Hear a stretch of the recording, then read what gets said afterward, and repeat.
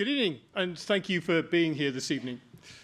These awards are more than just a ceremony. They are an act of recognition and of resistance, because we are living through an extraordinary time.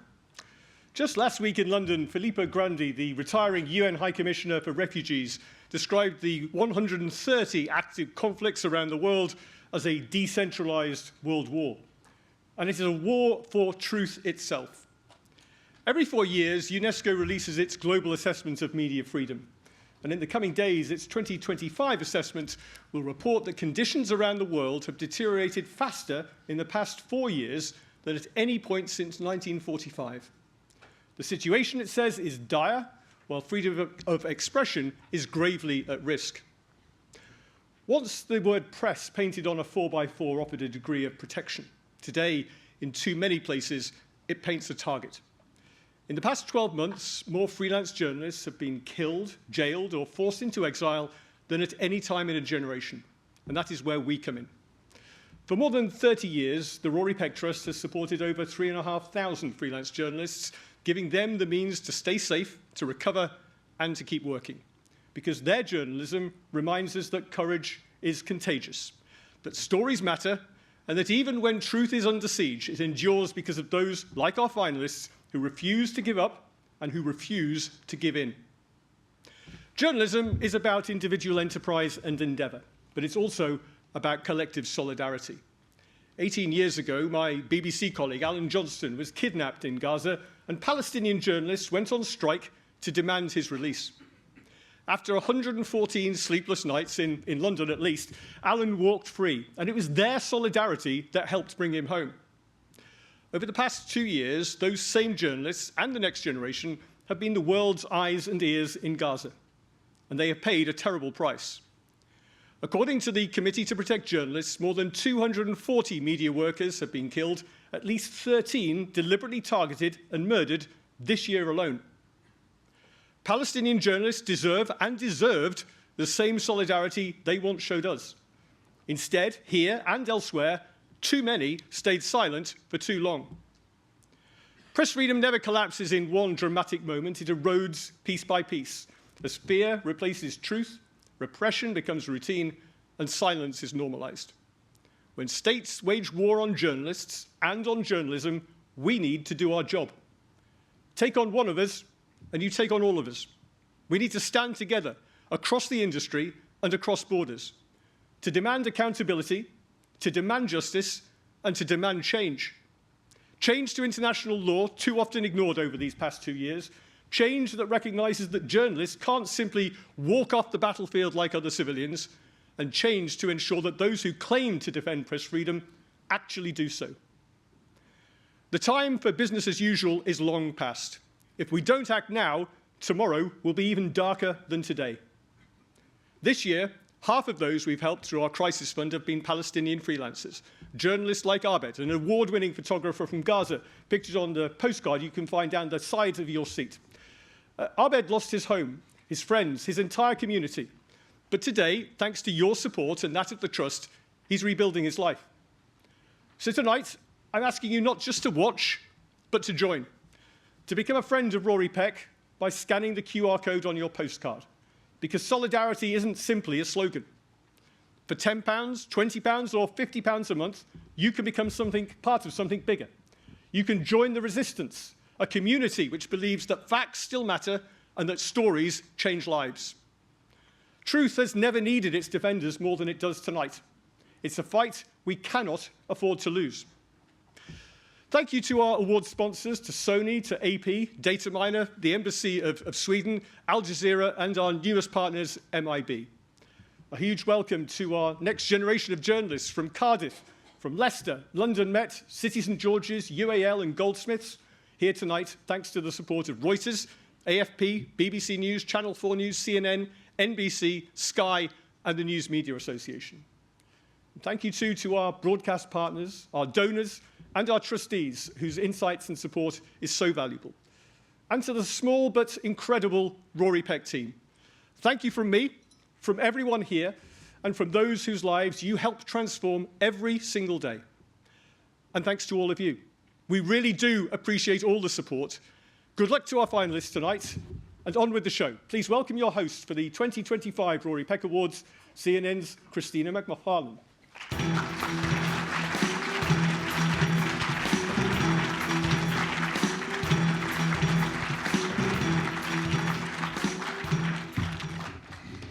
Thank you, John. Good evening and welcome again to the Rory Peck Awards. It is an honour to be here as part of our family of journalists from around the world, both in this room at the British Film Institute in London and to those of you watching on our live streams around the world. And it feels particularly pertinent this year in the face of so much loss, particularly in Gaza, as John has said, to pay tribute to the courage and sacrifice of freelance journalists and remind ourselves why we all do this work. I also want to welcome the families of Rory Peck and veteran foreign correspondent and broadcaster Sandy Gall here tonight, and the young journalists attending these awards for the first time. I remember well what it was like to be in your shoes, and I hope you will be inspired by what you see tonight. Please do share what's happening in this room tonight by using the handle Rory Peck Trust and hashtag Rory Peck Awards. But please do also turn your phones to silent now. Even if you're on call for breaking news, fret not, the desk will find you. They always do. And tonight, of course, we know why we're here. We're celebrating freelancers in news and current affairs globally, working in extremely challenging circumstances and often without the support of an organisation so many of us staff take for granted. Your work is critical to international news gathering so we can tell the stories beyond our normal reach. If you want to find out anything more about the finalists here tonight or see their work in full, please do go to the Rory Peck Trust website. Now, on to our first award of the night, the News and Features Award, sponsored by Dataminer, which recognises the work of freelance journalists in video news of up to 30 minutes in length. In this category, the judges were overwhelmed by the standard and quality of the work and felt an honourable mention should be given to one of the entries. And this goes to French journalists based in India, Antoine Videa, for his piece, Myanmar, a Country in Ruins. So, now on to our three shortlisted programmes for the 2025 News and Features Award. First up is Crisis in Sudan, the fight for survival, unreported world by British journalist Will Davies. Let's hear what the judges had to say. I think the piece from Sudan really stood out for a number of reasons. First of all, the Sudan conflict is one of the world's most underreported stories. It's not something we see in the headlines all that often. But even within that, this was storytelling from the Nuba Mountains, which within Sudan is even more isolated and even less reported.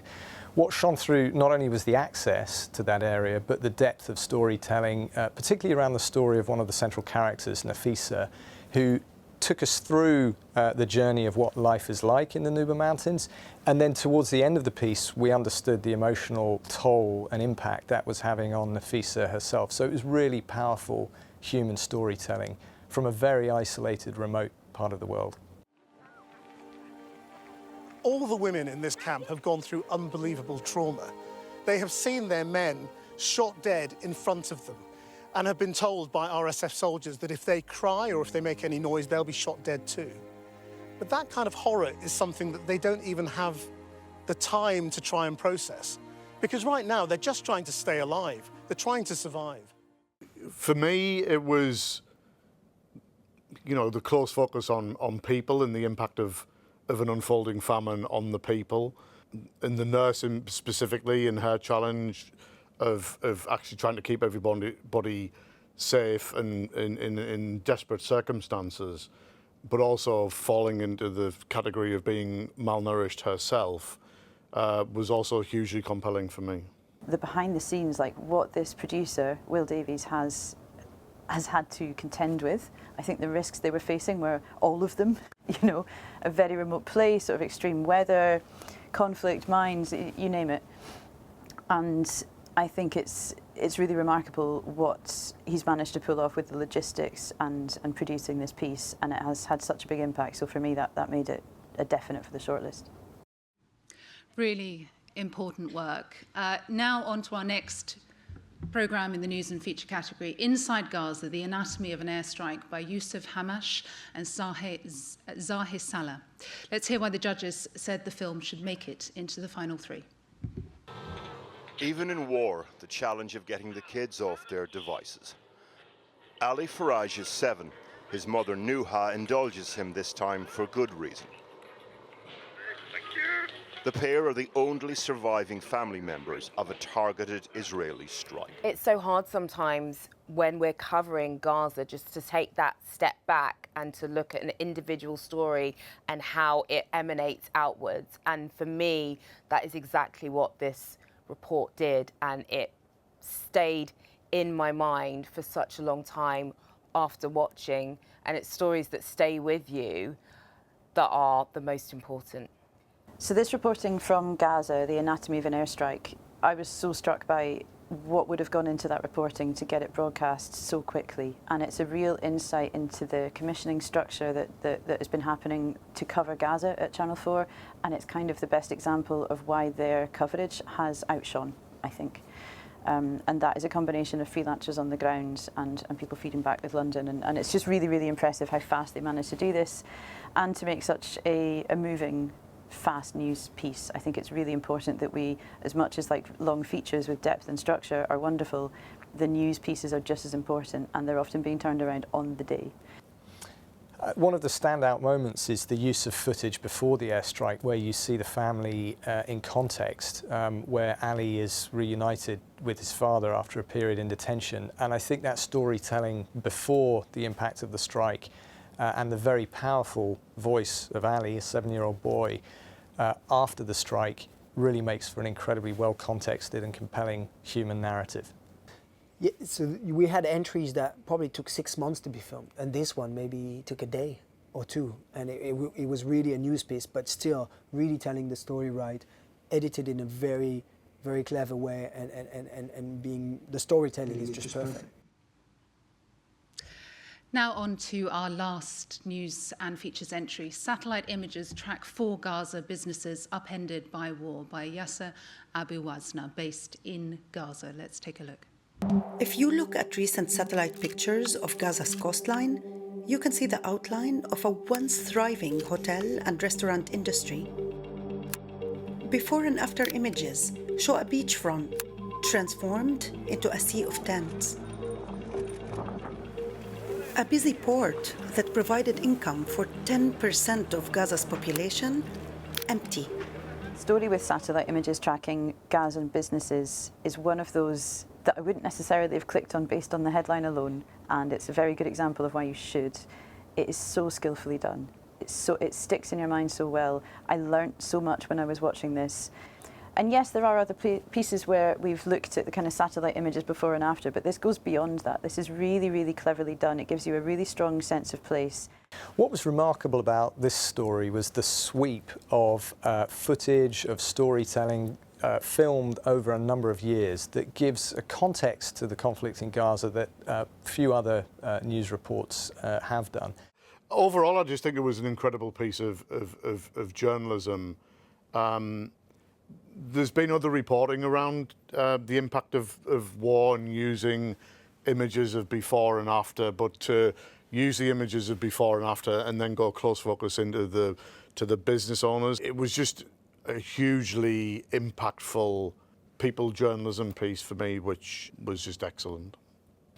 So there are two things that I thought that were also very interesting in that piece. Is that first, the business angle is not something you see every day, and you can see how much destruction has been caused by the war in Gaza and the impact it has on businesses. Also the fact that the freelancer had footage before and after or during the war, and seeing the same people really helps for us to understand that story about how their lives have changed. I think this story really set the gold standard for what we should be aspiring to do in Gaza in our reporting, making sure that people really find out the individuals and the characters that are behind this horrific war. And now to tell us who has won the News and Feature Award, please welcome to the stage data miners Caroline Green.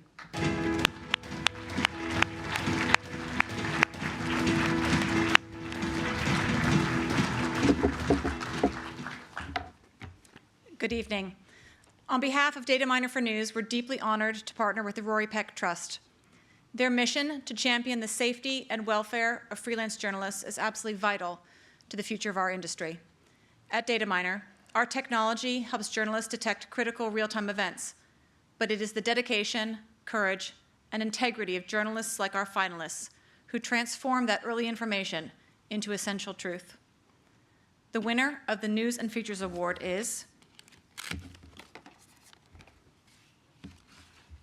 Yasser Abu Wazna for his film Satellite Images Track.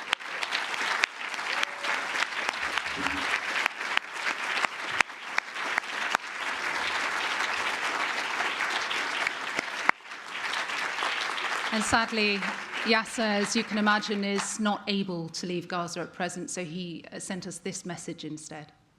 My name is Yasser Abu Wazna. For nearly a decade, since 2015, I've documented life in Gaza as a freelance journalist and filmmaker. I've not just reported our story, I've lived it side by side with the people in Gaza. The recent war was not a story I went out to cover. It was a reality I filmed while trying to protect my 4 children and my wife from the unthinkable. The bomb that shakes the camera in my hand is the same one that terrifies my family in the next room. This duality, being both a journalist and a father, is a way we carry in silence. Today, ceasefire holds. The world calls it a pause, a calm. For us, it is a fragile, collective breath. We are grateful for the silence, yet we live inside the echo of the explosions, fearing it may not last. In this place where the truth itself is often under attack, my camera is not just a tool, it is my testimony. It is how I show the strength of those who dig through rubble with bare hands, who mourn their children, and who, against all odds, still hope. My short documentary, 1 year on Gaza's coastline, counts the coast, captured lives connected with the sea, a sea that once held our joy and now holds our grief. Since we filmed, many of those places or faces are gone, but their stories and the unbreakable spirit of Gaza live on through the film. To be shortlisted for the Rory Peck Award is a profound honor. This recognition is not mine alone. It belongs to every journalist in Gaza who risks everything so that our truth is not buried with our homes. We do this work believing that a story can be a shield, a warning, and a seed for justice. From the heart of Gaza, I thank you for listening, for bearing witness. The war may pause, but our duty to remember and the responsibility to see must never end. Thank you.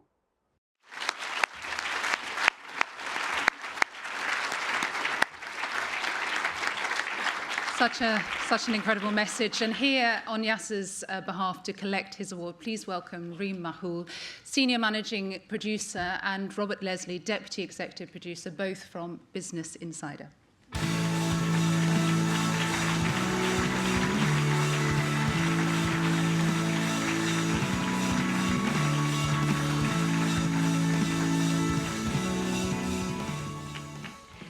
Thank you very much. What an honor. So incredible, all the work here. I sound much smarter in Arabic, but I will try to say it in English. We have worked with Yasser long before, for many years, long before this latest war. But it was only after this latest war began that we truly saw not only the quality of his work, but the extraordinary courage that it took him to continue working. What has defined Yasser in those months is what in Arabic we say sumud, steadfastness. Despite losing his home and all his camera equipment and struggling every day to feed his children. I wish we were celebrating a happier Palestinian story tonight, one of hope and rebuilding. I hope one day we will do that soon. People in Gaza often tell us that they feel forgotten and ignored by the outside world. This is a moment where they are seen and they are recognized. So thank you very much for the Rory Peck Award. And one thing to Yasser, who I know he is watching us from Gaza. Yasser, shukran and mabruk, alf mabruk. Thank you.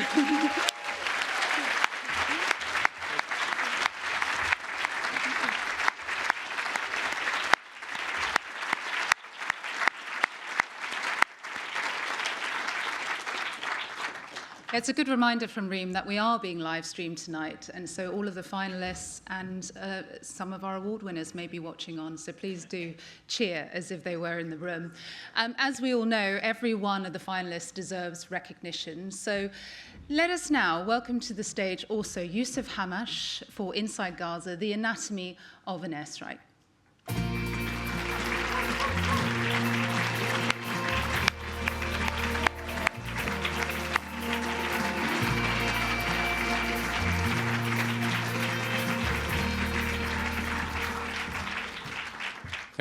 Thank you.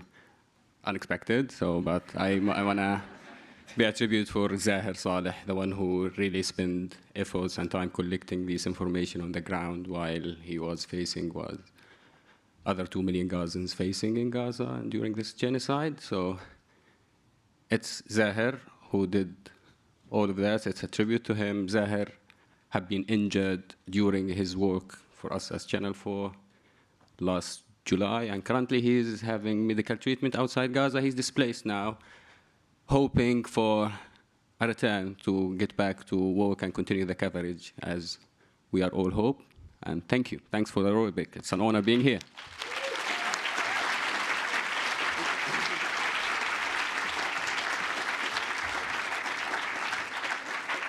Sadly, our other finalist, Will Davis, has been called to an assignment in Myanmar, so he can't join us, but sent this video message. I'm so sorry I can't be there with you tonight to celebrate, but I'm so honoured to be included amongst such a talented group of filmmakers.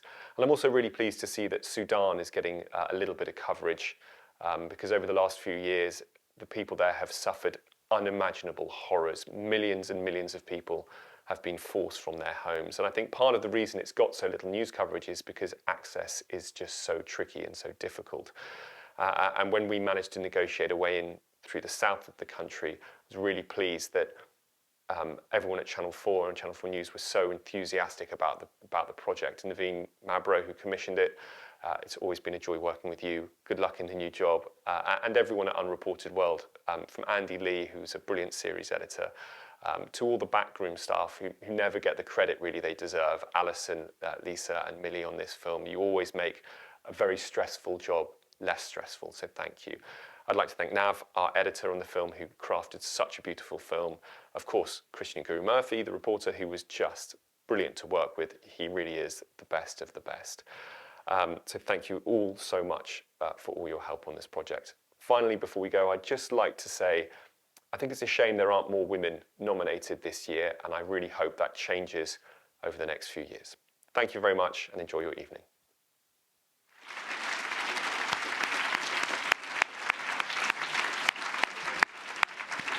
Always appreciate a man who speaks out for us women. Thank you.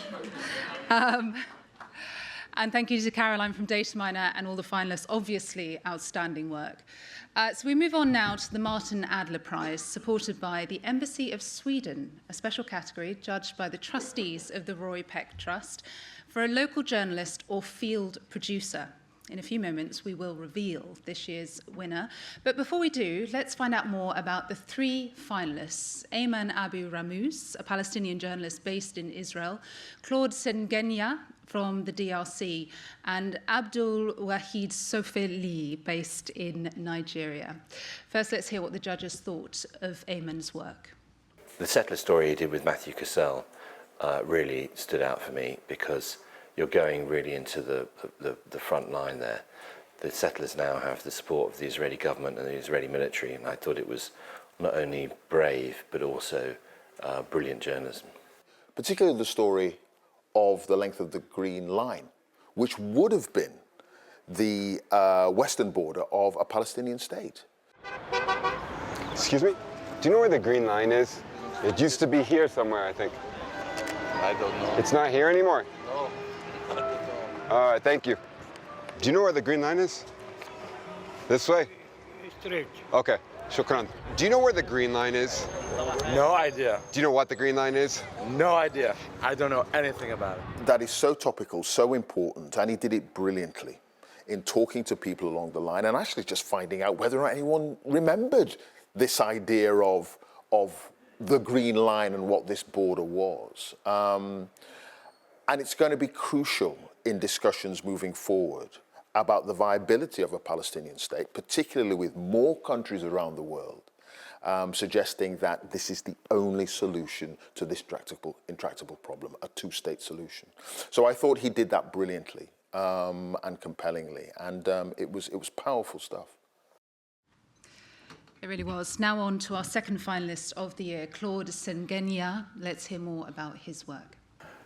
Claude is known as a person who's a powerful storyteller in eastern Congo, in North Kivu, which is also a tough place to work. And the stories that he tells about peacekeepers, it's a story that people think, well, peacekeeping is a universal good and so on. And he's really lifted up the rock and shown that there are some real problems.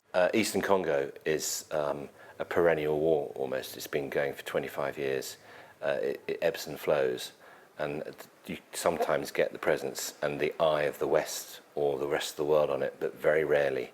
And people like Claude are bravely holding all sides to account in a place where there's very little accountability if he was to be harassed or worse. I thought the reporting was incisive, it was brave, and I really admired just how he made a very complicated story very clear. I particularly like entries that do tell me something that I don't know. The ones that tell me something that I already know but do it brilliantly are wonderful too. But it is great to be surprised. And the situation in the Democratic Republic of Congo is intractable. It's been going on for such a long time. And to have a local journalist tell that story and try to give it prominence, push it beyond all the other stories that we hear of a lot around the world is brilliant. And our final nominee for the Martin Adler Prize this year is Abdul Wahid Sofilai, working in Nigeria. Nigeria is a very difficult place for journalists to work. And Abdul Wahid works in a particular part of Nigeria where there's no rules, there's no rule of law, up in the northwest corner of Nigeria. So we were getting the voices of rural Nigerians, something that is very rarely heard. He did a series of stories on rice growers. Now, who would imagine, in what world would you imagine that growing rice would be a near lethal profession to follow? But because of policies of the Nigerian government, rice farmers became targets for bandits, targets for killing, targets for extortion. Abdul Wahid really knows how to tell a story. You feel as though you're there, even when he writes in print, which is it's difficult to be a strong candidate when you're up against some powerful video reporting. And yet the way that he tells the story takes you there, and you know, you can see, you can feel, and you know also, the panel certainly knew the risks that he undertook in trying to tell this story, in the many stories that he tells. There were stories I'd never heard of, and of course that would be the case from somewhere like northern Nigeria. But I thought he told really complicated stories really clearly, but with a lot of almost humour. I mean, who would know that rice had become almost an illegal entity? And also, he is going into criminal areas. I mean, these are areas in northern Nigeria that were used to be occupied by Boko Haram, and now it's a different threat, which is bandits trying to sell rice, not cocaine or heroin or any other sort of normal drug you'd expect, but rice. I just thought it was an extraordinary story and extraordinarily brave, but just really, really well told. All three worthy winners, but to tell us who has won the Martin Adler Prize, please give a very warm welcome to His Excellency Stefan Gullgren, Ambassador of Sweden.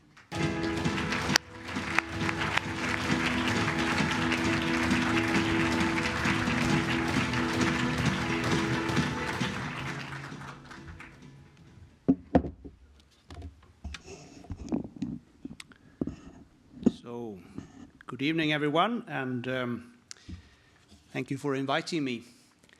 At the Embassy of Sweden in London, we very much value our partnership with the Rory Peck Trust. And I'm honored to, again, be entrusted with presenting the winner of the Martin Adler Prize.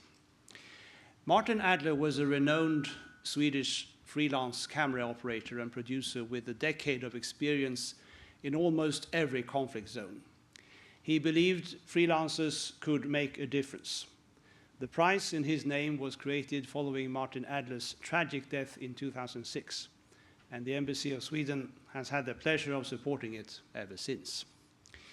Before I announce the winner of this year's Martin Adler Prize, I should like to share some reflections on why this prize remains important and why the work of all of you in this room remains essential, perhaps more so than ever. It is true that we live in a world of incredible opportunities, one of them being that we can easily communicate with almost anyone on the planet. We have immediate access to information, true or false, about almost anything. We can follow events in real time all the time. We move frequently and routinely across borders and continents. But the world is also full of challenges, which at this point of time, at least, seem to multiply rather than diminish. We know that events which may be local by region can have consequences far beyond regional or national borders. We remember, all of us, how the pandemic affected us with little warning and devastating effect. We know that war and conflict may flare up in a place far away from us, but still have a direct impact where we live, one way or the other. Add to this the fact that we live in an age of emotions, anxiety, and fear, amplified by the opportunities offered by social media. Anyone with a strong opinion on just about anything can express it through social media and reach large numbers of people, often with immediate effect all over the world. It gives us an incredible reach when we exercise our freedom of expression, but it also puts a turbocharge on one of the more unattractive features of the human character, that we often seem to find it much easier to disagree and find faults with one another than to seek common ground and common purpose based on mutual respect. The polarization of our societies may be both a cause and an effect of these factors. The more important then that we maintain an open and wide space in the public debate where views and opinions can meet and be challenged. That we maintain strong safeguards for our right as free human beings to give expression to our views and opinions. Key among such rights is the freedom of expression, and by implication the freedom of the media. We should know by now that this freedom and the corresponding right to information can never be taken for granted. They and other freedoms and rights need to be defended every day, and not only in high-sounding speeches like this one. As citizens, we need them to be able to hold those in power to account. We need them to have access to truthful, unbiased information and reporting from trusted sources so that we can form our own opinions, so that we can exercise our right to demand transparency on how and on what grounds decisions taken on our behalf are being made, so that the system of self-government, which we call democracy, can hold and thrive and remain legitimate over time. That is why the work you all are doing is essential, and why it is right to gather, as we do tonight, to celebrate the work of journalists, and in particular freelance journalists. The Martin Adler Prize honors a local freelance journalist or field producer working in any medium whose work with international and domestic media outlets have made significant contribution to news gathering. I wish to congratulate this year's finalists for the Martin Adler Prize. We have just heard their presentation, Claude Sengeya, Aman Abu Ramus, and Abdul Wahid Soufili. Your work serves as a true source of information, and I wish to thank you from all of us. Since every prize must have a winner, it is now my great honor to reveal that the jury has decided to declare the winner of this year's Martin Adler Prize, Aman Abu Ramus.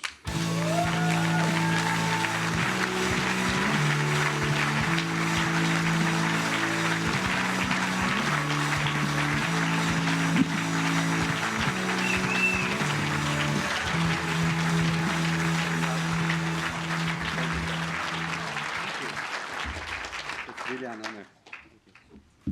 Thank you. Thank you. Thank you. Thank you. Take away that speech. Thank you. Oh, usually I'm technical guy, so I'm behind the camera, but it's my first time in front of all of you. It's an honor to receive this award. As you know, the journey to get here isn't easy. And I'm grateful I was able to make it through the Israeli checkpoints to be here with you today. I want to thank everyone who has believed in me, my colleagues around the world, my family and The Guardian. Thank you, Tim Doran, Kerry Evangelo, who are here with me, Matthew Castle, and all the team I've had the privilege of working with recently. The life of a freelancer can be tough and filled with obstacles. So I'm deeply grateful to the Rory Peck Trust for recognizing the Rory Peck, the work of independent journalists. So thank you. My message is simple. As journalists, we don't stand with any side. We stand with people and with the right to tell everyone's story. We are pro-humanity and pro-truth. And it's important that we are giving the freedom to do our work, no matter where that is. It's our right as journalists to report without threats to our safety. With that in mind, I also want to honor the Palestinian journalists who have been killed in Gaza. May they rest in peace, and may we all witness peace in our lifetime. Thank you.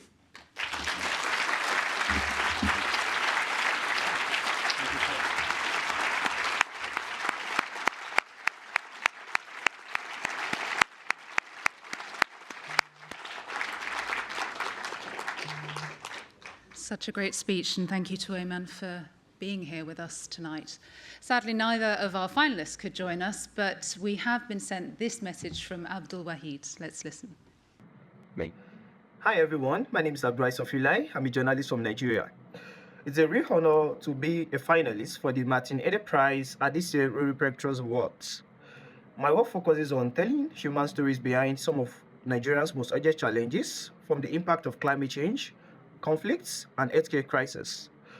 Doing this kind of reporting in Nigeria isn't always easy. There are risks from insecurity to limited access, and sometimes even distrust of the media. But I've learned that persistence, empathy, and collaboration can help overcome these barriers. What keeps me going are the people who trust me with their stories, and the belief that journalism can inspire accountability and change. I do this work because storytelling is powerful. It can restore dignity, spark dialogue, and connect communities across borders. Being recognized by the Rory Peck Trust means a lot. Thank you so much, Rory Peck Trust, the judges, and everyone keeping this mission alive.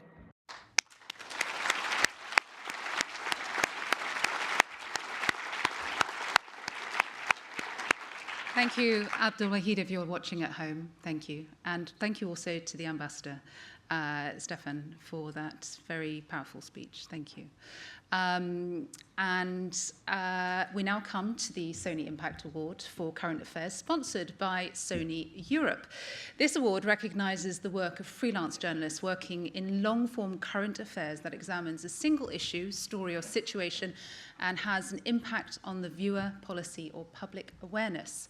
The judges wanted to make an honourable mention for the BBC film The Midwife's Confession, a story followed over 30 years by freelance journalist Amitabh Parashar and the team. Please show your appreciation.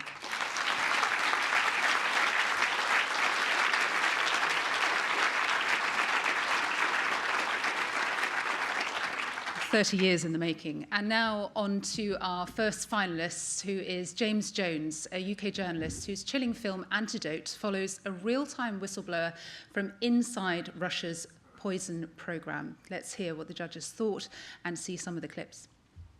Antidote, from a filmmaking and editorial point of view, was an incredibly brave bit of filmmaking.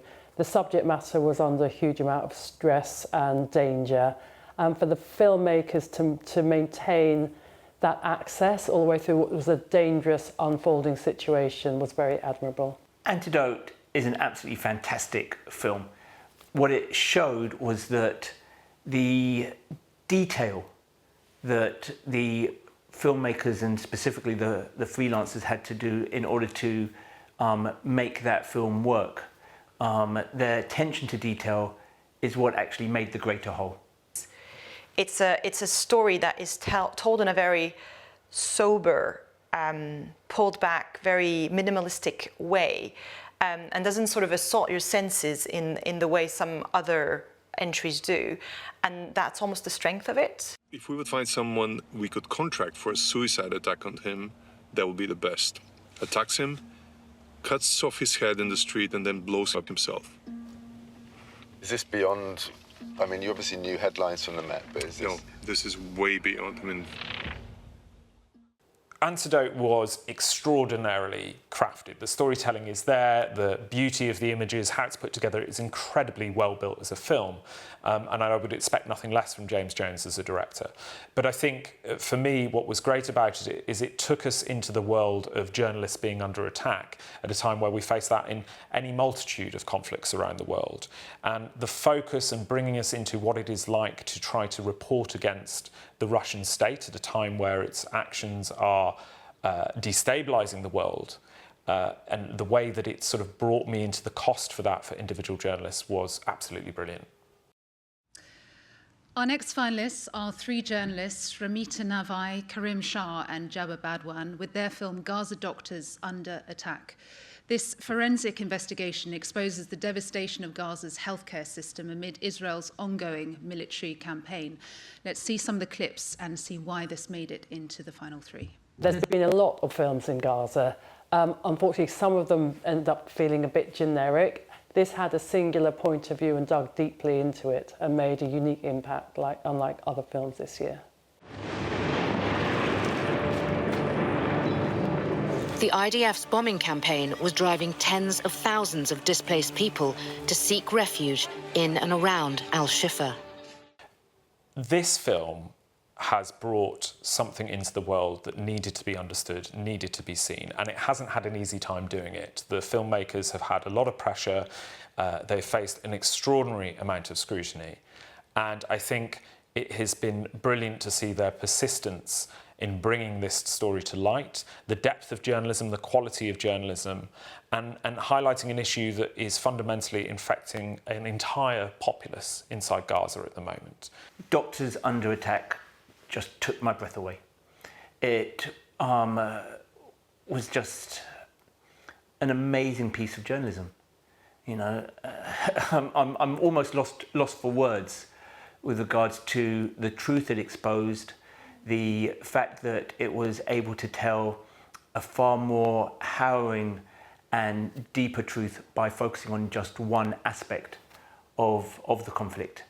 And it shows that when you are focused, often by telling a smaller part of the story, you actually reveal a greater truth.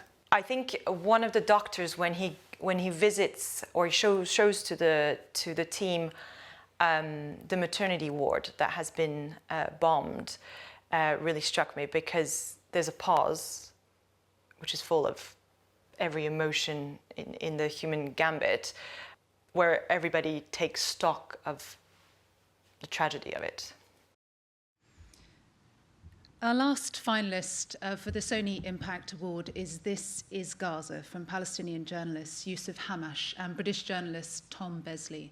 This is an intimate documentary chronicling the life and displacement of Yusuf, who is well recognised for his award-winning reporting on the Israel-Hamas war. But here, he steps in front of the camera for the first time to recount his own story. Let's hear what the judges thought. This Is Gaza, made by Yusuf and Tom, is absolutely extraordinary. And I think at a time when we are seeing more journalists killed in Gaza than any other conflict, it's really important to highlight the story of a journalist, a brave journalist. I'm in awe of Yusuf as a journalist. I think he's absolutely incredible. And this film brought me into a world of what it is like to be a freelancer on the ground during one of the worst conflicts we've seen in decades. I'm nobody outside of Gaza. 32 years of my life have been deleted. It shows the importance of journalists telling their truths and being vulnerable. It was beautifully crafted, but it showed the vulnerability of the journalist and the integrity of the process. the craft of it was that wonderful storytelling where he tells the story as he's looking at his own work. Just puts you immediately into his shoes in a way that if you just see it from the outside, you don't have that same emotional connection. Whereas there, you're like, oh, it's you. It's really happening to you, and that makes you connect to it in a way that's very unique and authentic, I think. The reason This Is Gall's made it into top 3 was really down to the courage and the integrity of the journalism. The journey that particular local journalist had been on was amazing in its own right, and the quality of his journalism and his cinematography and what he was reporting, also as a talisman for the many other journalists, local Palestinian journalists who've been risking their lives to get the story out. All extremely powerful entries. And now to tell us who has won, please welcome Hitome Hamaba, News Workflow Lead at Sony Europe.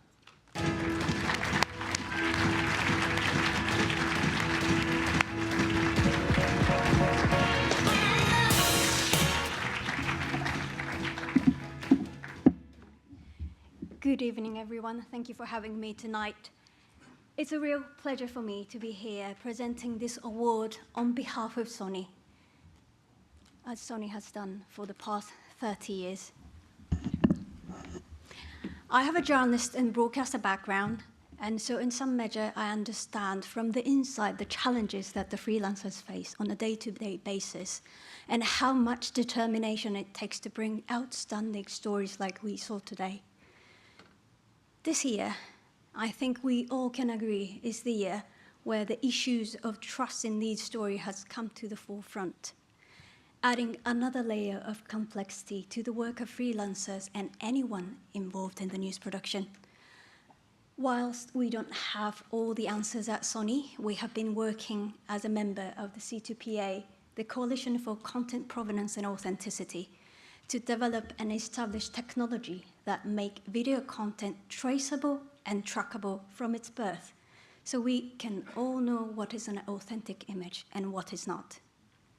In this context of added complexity, the work of the Rory Peck Trust is more important than ever to assist those taking on this challenge. So thank you to the Rory Peck Trust for the vital support you bring to the freelancers, who are world's most talented people in here. I'm now going to announce the Sony Impact Award for Current Affairs. Right. Sorry. So, a 2025 Sony Impact Award for Current Affairs goes to Ramita Navai, Karim Shah, Jabal Batwan, for their film Gaza Doctors and Attack. Please come.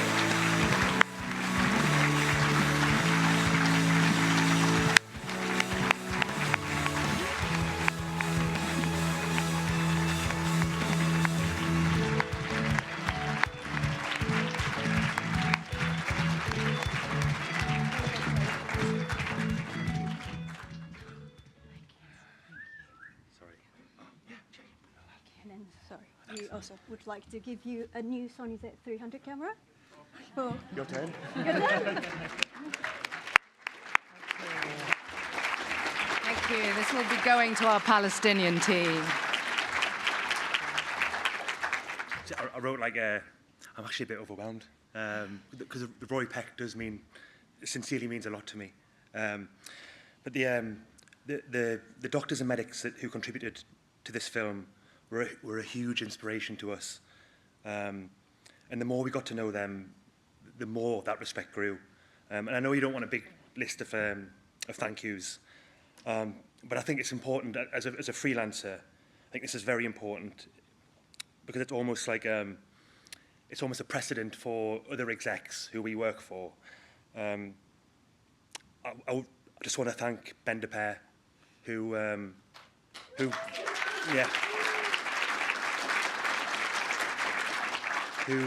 he fought for us day and night for over a year. Not just for us, but he fought for this film. And I say this especially as a freelancer, because we need champions. We need people to back us. And that's what Ben did when some people at the very top of the BBC just hung us out to dry. So thank you, Ben.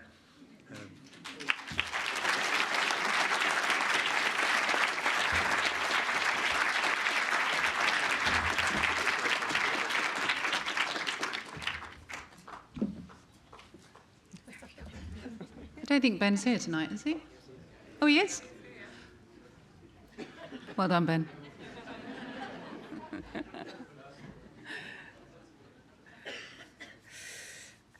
So congratulations to Ramita, Kareem and Jaber. Now let's hear from the other finalists. Please welcome to the stage James Jones, Yusuf Hamash and Tom Besley.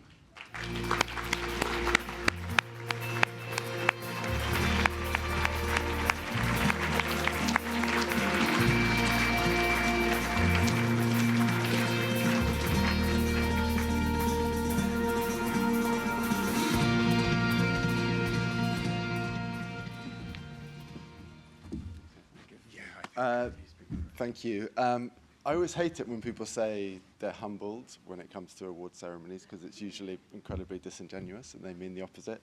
But actually, being here, seeing all this work from Gaza is really humbling, and I'm in awe of the work that you guys have done. So even just being here with you is a great privilege and honor, so thank you.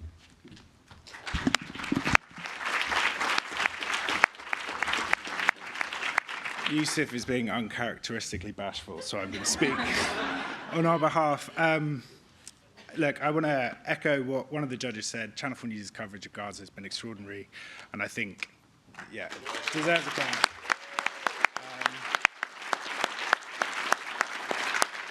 I think the decision to give Yusuf's footage, an hour, to sit him down in a chair, to get him to tell his story, that's just a continuation of that commitment to giving Palestinian journalists space on the airwaves. I'd like to thank the Channel 4 News team, especially Garish, my exec.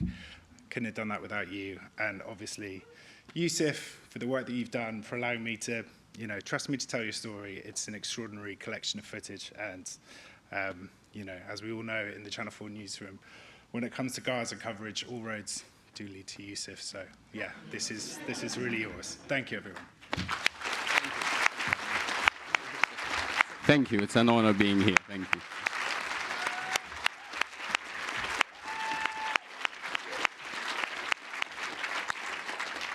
Thank you, and thank you also to Hitomi of Sony's incredible legacy of support.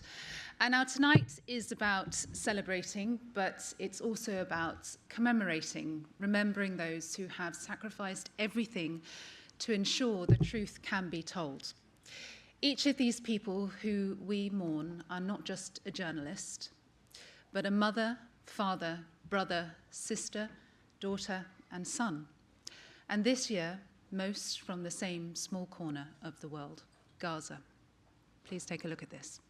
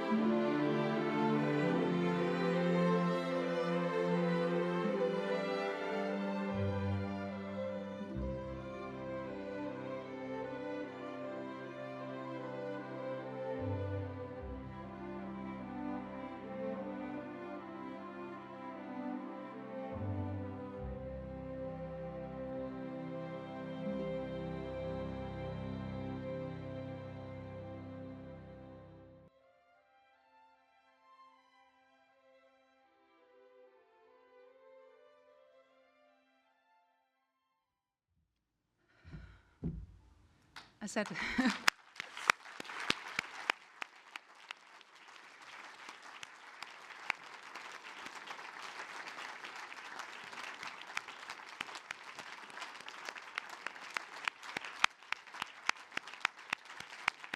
Please do stand.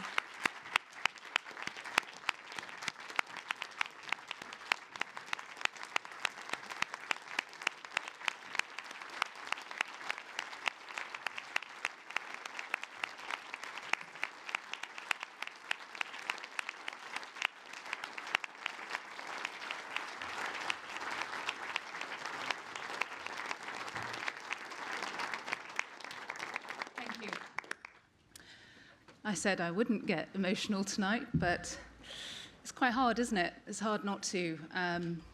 When you see so many faces of young journalists up there from Yemen, from Gaza, and in addition to the 59 names you see there, CPJ says another 18 journalists were killed when an IDF struck a media complex in the Yemeni capital, Sana'a, in September.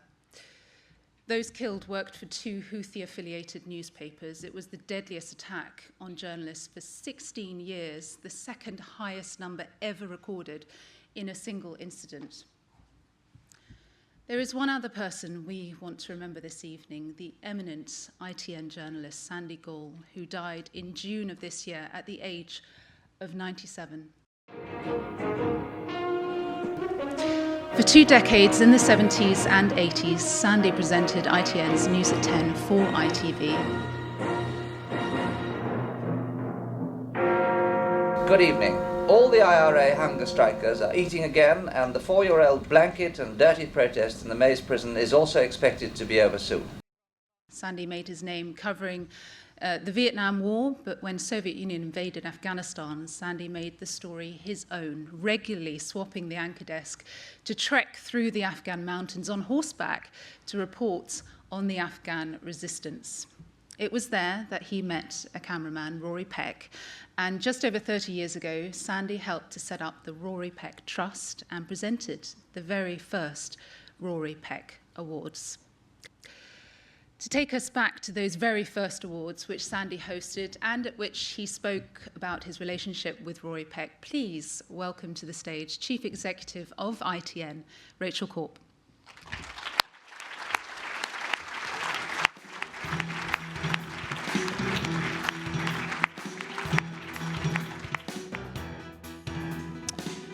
Thank you, and good evening, everybody. I would like to read those words that Sandy wrote and read from the very, very first Rory Peck Awards.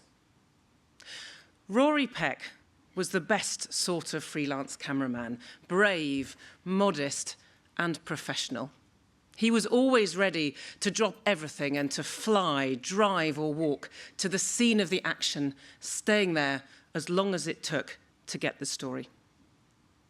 I first knew Rory in Afghanistan in the mid-80s when he was working for his future wife, Juliet, acting as a courier for Afghan aid, a risky job which entailed running the gauntlet of the Russians to get aid, in the form of large quantities of banknotes, to the famous guerrilla commander, Ahmad Shah Massoud. With his concern for the Afghan struggle for independence and his keen interest in contemporary history, it was perhaps inevitable that Rory would sooner or later turn to journalism, first in Afghanistan and then all over the world. Again, perhaps inevitably, the collapse of the Soviet Union and the birth pangs of the new order proved an irresistible attraction. It was completely in character that Rory should tragically have met his death in the front line, filming the battle for the Ostankino television station, the turning point in the struggle for the new democracy in Russia. In tribute to Rory, his widow Juliet has founded this prize, both as a worthy memorial to a brave and civilized man, and as an encouragement to those who would follow him. As I said, those are the words that Sandy wrote for the very first awards, and it's a real privilege to read those, not just for everything he did at ITN, but knowing what he's done for such an amazing trust as Rory Peck. We are really pleased tonight that members of Sandy's and Rory's family are with us as well. Thank you, Sandy and Rory.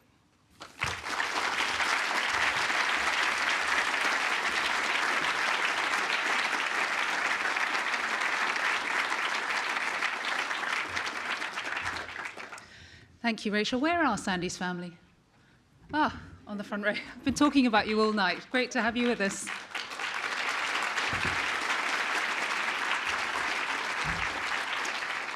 So we come now to the first of two new awards this year. The Rory Peck Fellowship is presented by the Trust to an individual or group to recognise an outstanding contribution to independent journalism. To present our first ever fellowship, please welcome someone who has made storytelling an art, the BBC's chief international correspondent and the author of Afghanistan's story told through the prism of the finest hotel in Kabul, Lise Doucette.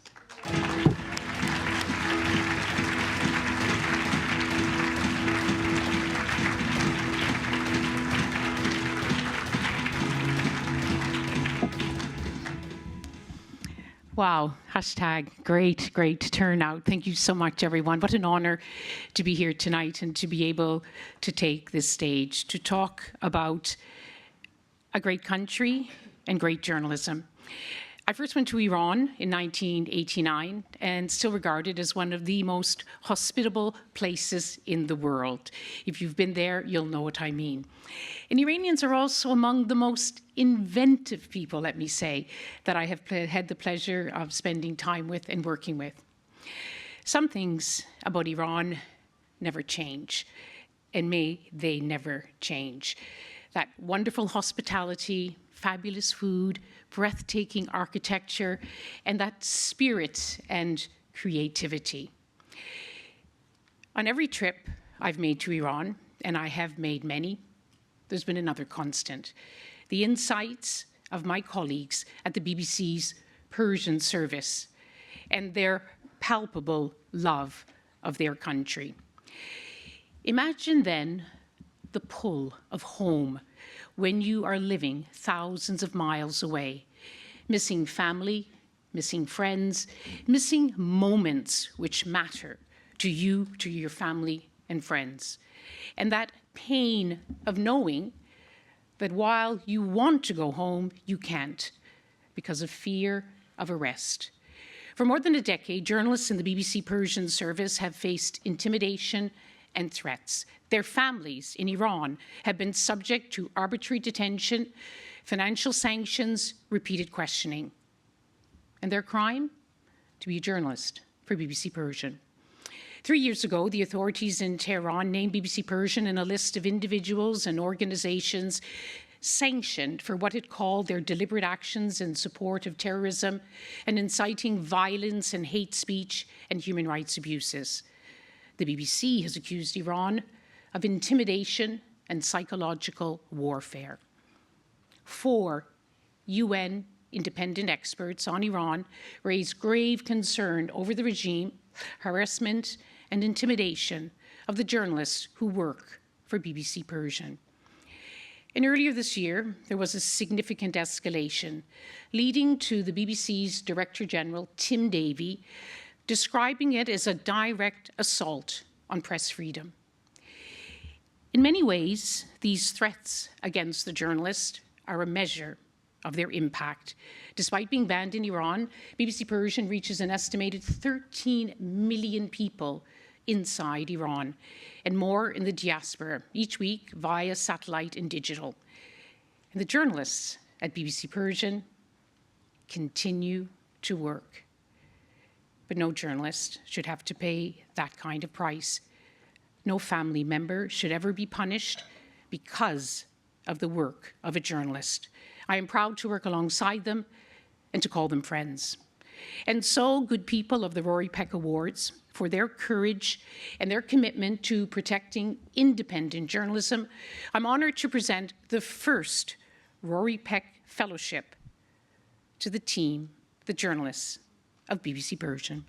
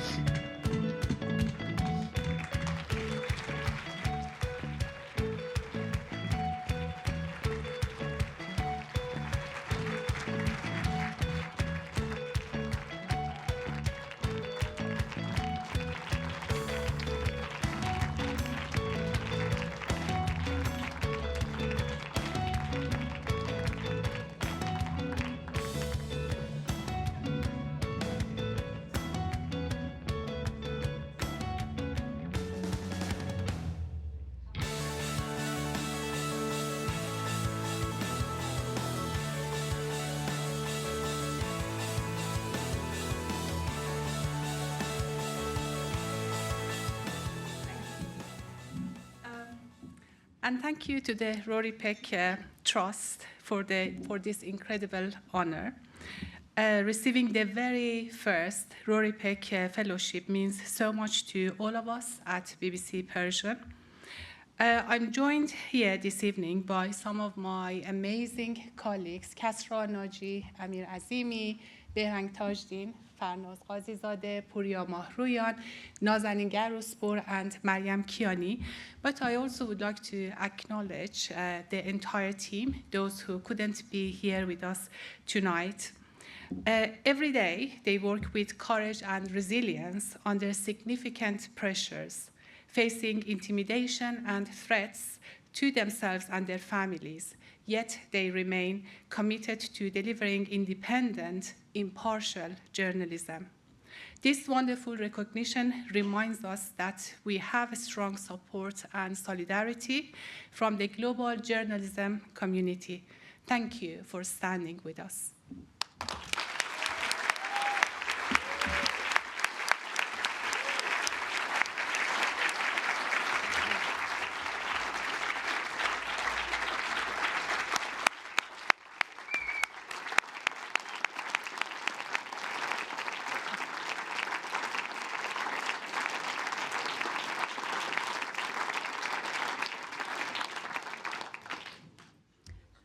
Thank you. Thanks, Talise, and congratulations to BBC Persia's team. Thank you.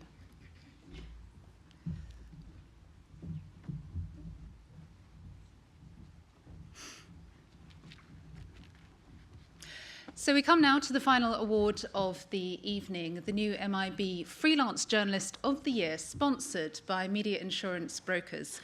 For this award, there is just one overall winner, which made the decision excruciatingly hard for the judges.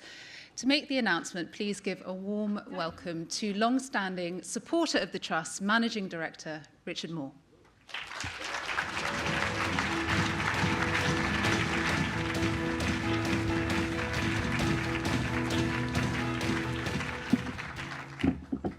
And Richard, before you say anything, we're just going to hear briefly from the judges. Thank you. Well, I was literally blown away. I mean, the standard of every single entry was absolutely incredible. The subject matter was incredibly diverse. The level of commitment and passion that just came through in virtually every single piece I read or watched, it was really phenomenal. One of the remarkable things for me was that, and when looking at some of those individuals on the long list, you saw their work, such maturity, such depth, and then you realise that you're dealing with someone who's in their early 20s, and in some cases someone who's in their early 20s and is living through a conflict. Some of the entries, I was blown away by not just the story that these people were telling, but also the level of craft and thoughtfulness that they brought to every shot, to the choice of music, to the composition, to when you edit into that shot and when you edit out of it. There were times with one of the entries, I'd forgotten that I was watching a documentary about a conflict that was happening right now. I thought I was in a theater watching a David Lynch film. Our winner we chose because of their ability to work at such a high standard and spot those standout moments that would bring the realities of life in a war zone really home to audiences. By the end of the discussions, I do think the judging panel had coalesced around a single entry. And I think it was a combination of the quality of the work, the importance of the work, the circumstance under which our winners are being forced to operate. The other thing that stood out for us is the impact of the work that they do, the impact of the images, the impact of the coverage, the impact of the stories of the people that they uncover, people who are sharing with them the same horrors of living under that type of atrocity. All of that has actually, kind of like guided us in making this entry a winner.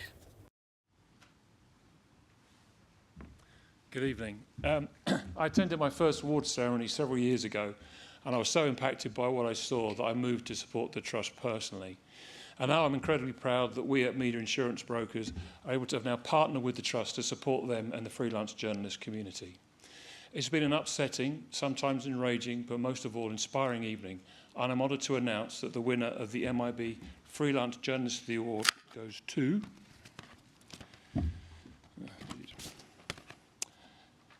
Ibrahim Abu Ashabi and Zahir Saleh.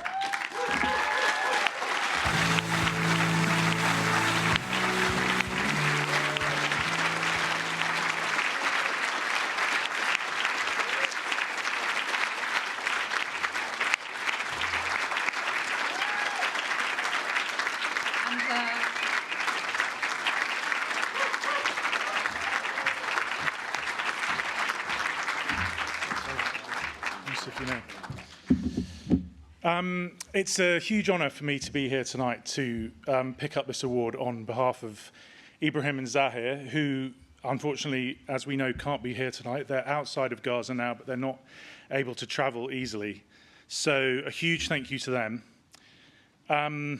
Without them and what they have achieved and what they've been able to send us over the last year since Yusuf handed over to them when he left Gaza, our coverage would have been, hugely diminished. We rely on them almost entirely for what comes out of Gaza at the moment. I'll hand back to Yusuf shortly. I'm sure he's got more to tell you. But on behalf of Channel 4 News, I just wanted to reflect on how important you guys in this room are to us and the commitment that so many of you have made to Gaza and the coverage of Gaza over the last 2 years. We have an amazing network of fantastic freelance journalists, not just in Gaza, but around the world, in Sudan and Ukraine and other places. They're the absolute heart of our programme, and they bring us the very best that they can offer for our global audiences on television and online. But just to say one thing before I hand over to Yusuf, we're still seeking access into Gaza for international journalists. And although the ceasefire continues to hold, however kind of shakily, we need the Israeli government to let us into Gaza. All of us think that here, I'm sure, and we need to sustain our calls for that access to be granted. And we at Channel 4 will not stop requesting that, as I'm sure many of you won't.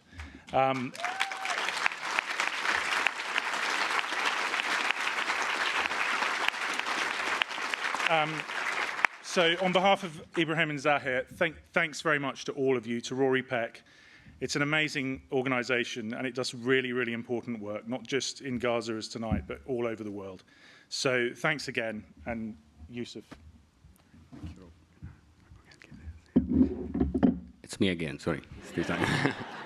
So I want to be thankful for my colleagues, Ibrahim and Zahir, who I know personally when I was in Gaza, and we continue this coverage for Channel 4.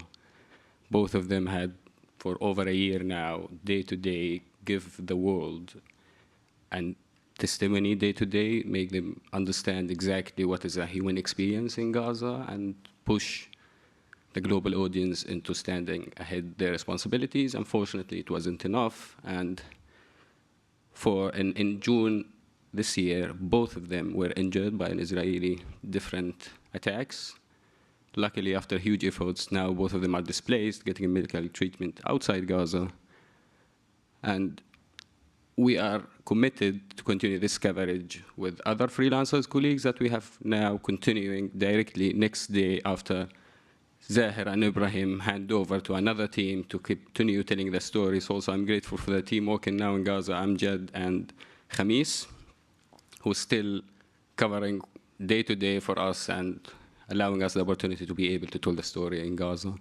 The other thing I saw the lots of faces and names of journalists that we lost this year and the year before, and unfortunately I know some of them personally.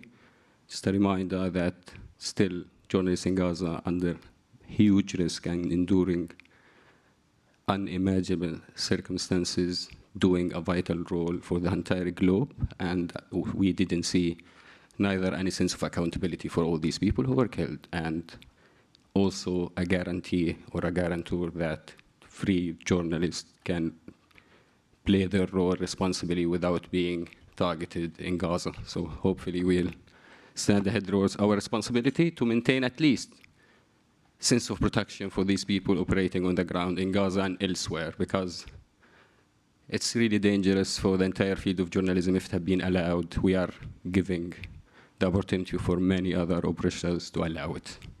Thank you. Thanks for Rory Peck. Don't forget this.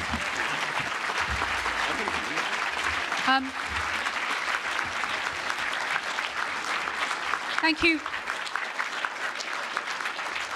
Thank you both for being here to pay tribute to your colleagues. But I think, Rory Peck team, that we actually have a video from Ibrahim and Zaher, which was sent to us just 10 minutes before this award ceremony starts. So let's have a quick watch. مرحبا للجميع، أنا زاهر صالح. بشكر روري بيك على هذا الترشيح وعلى هذا الاعتراف اللي بيعطي معنى كبيرة لكل لحظة وقفنا فيها أمام الخطر، أمام الموت. أنا من أول حرب كنت بوثق الأحداث وكنت شايف قديش إنه غزة والإبادة بتستحق اللي يعني تستحق إنه نوثقها قبل ما تنمسح من الذاكرة، ولازم نوثقها من جوا مش من برا. والآن بعد ما وثقنا الحرب ووثقنا الإبادة، يجب على الصحفيين حول العالم يزوروا غزة ويوثقوا، يأكدوا الصورة للعالم ليشوفوا كمية الدمار وكمية الحرب وكمية الإبادة اللي كانت بتصير داخل قطاع غزة. بشكر الجميع وبشكر روري بيك على هذا الاعتراف. بشكر كل واحد وقف وبيعترف بهاي الصورة الثمينة اللي كنا بنركض بين الركام لنوثقها ونوصل الصورة والحقيقة للعالم. شكرا لكم جميعا.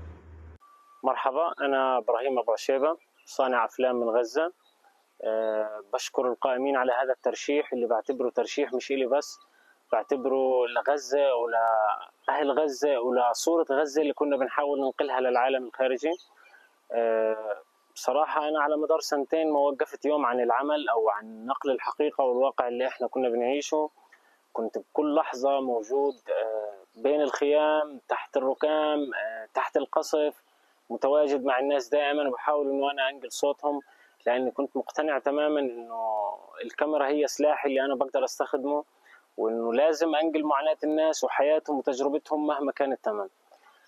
خلال السنتين هاي يمكن الحاجة الوحيدة اللي وقفتني عن التصوير ونقل الحقيقة إنه الإصابة اللي أنا تعرضت لها، اللي ما زلت لحد اللحظة هاي بعاني منها، وهيني بحاول أتعافى وأرجع أستخدم إيدي من جديد، أقدر أحمل كاميرتي مرة تانية. بس شايف إنه أجل وقت للصحافة العالمية إنه تفوت غزة، تنقل صورة غزة، تنقل الواقع اللي الناس عايشاه، تشوف الحقيقة اللي مش كل كاميراتنا بتقدر تصورها أو توثقها. بشكر كل القائمين على هذا الحفل وهذا الترشيح. شكرا روري بيك، شكرا Channel 4 نيوز، شكرا لكل إنسان مؤمن إنه بالصورة بنقدر نغير الواقع.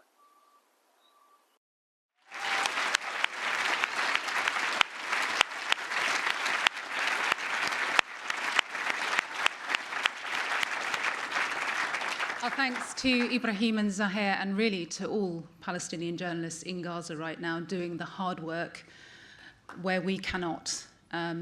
I think you'll see this has been a night of real tribute to them, and we do appreciate your work.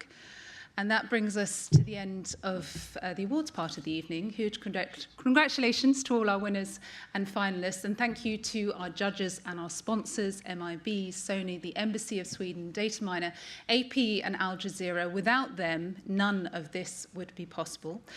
And now it is my pleasure to hand over to the Chair of the Board of Trustees and the co-founder of the Trust, Tira Schubart, to say a few closing words.